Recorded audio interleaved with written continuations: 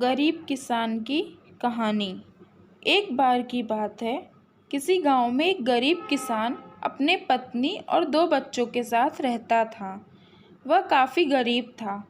उसके पास थोड़ी सी ज़मीन थी जिसमें बहुत ही कम मात्रा में फसल हो पाती थी, जिस कारण से उस गरीब किसान का गुजारा किसी तरह से चल पाता था।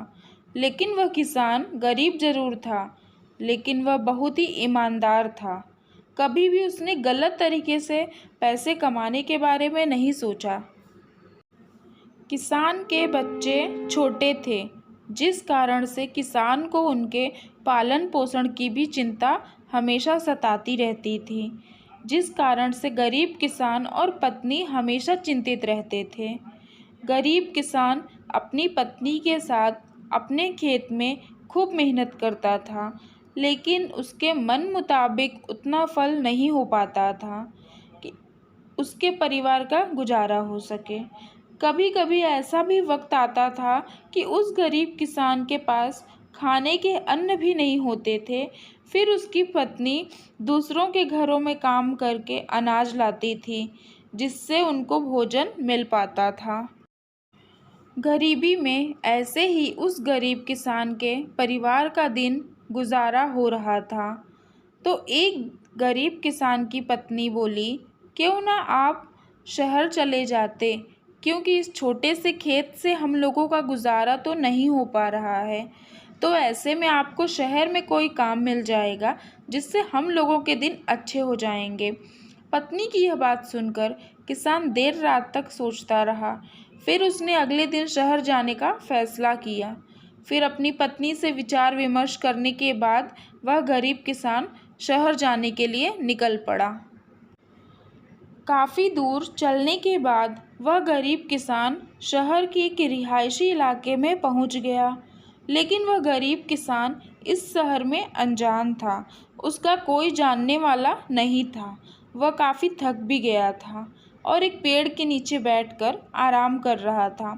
तभी उसके पास एक बड़ी गाड़ी आकर रुकी, जिसमें से एक सूट बूट पहना एक व्यक्ति निकला और वह पास के फल के दुकान में कुछ फल खरीदने गया।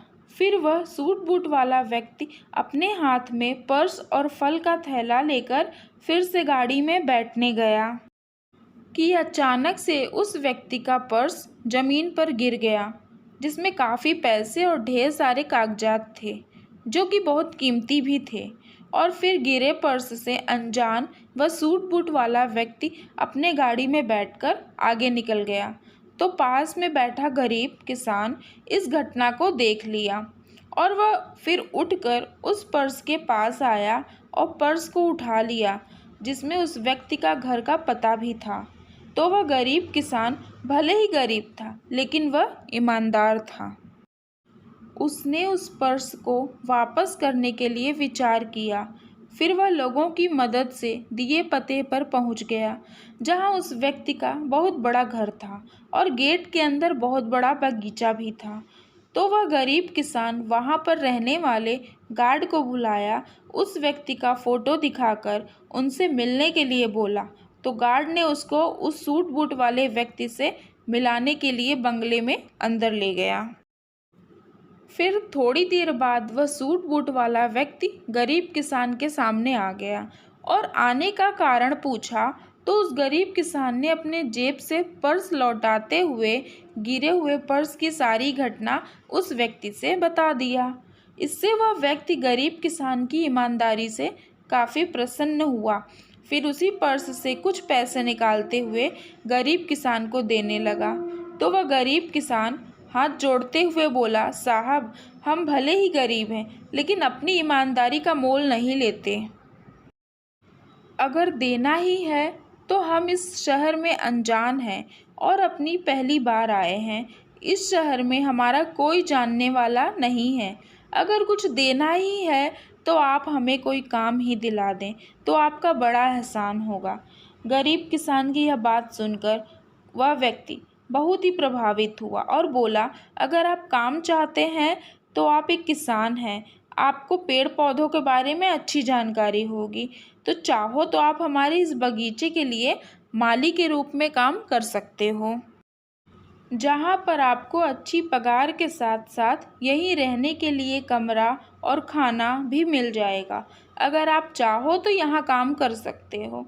गरीब किसान उस व्यक्ति की बात सुनकर वहाँ काम करने के लिए राज़ी हो गया। इस तरह ईमानदारी के चलते उस गरीब किसान को अनजान शहर में भी अच्छा काम मिल गया और फिर धीरे धीरे उस गरीब किसान के परिवार के दिन भी सुधरने लगे। इस गरीब किसान के कहानी से हमें यही शिक्षा मिलती है कि भले ही हम चाहे कितने भी गरीब क्यों ना हो, लेकिन हमें कभी भी अपनी ईमानदारी नहीं छोड़नी चाहिए। क्योंकि अगर कुछ चंद पैसों का लालच करके गरीब किसान उस पर्स को अपने पास रख लेता तो उस समय कुछ पैसे तो ज़रूर मिल जाते, लेकिन उसे काम नहीं मिलता। फिर उसे अपने लालच के चलते दर बदर ठोकरें खाने को मिलती। तो हमें भी अपने जीवन में कभी भी लालच नहीं करना चाहिए। जो हमारे पास है ईमानदारी का गुण, अगर उसके साथ जीवन जीते हैं तो हमारे साथ हमेशा अच्छा होगा। इसी सोच के साथ अपने जीवन में आगे बढ़ना चाहिए, तभी एक सुखपूर्वक जीवन हम जी सकते हैं।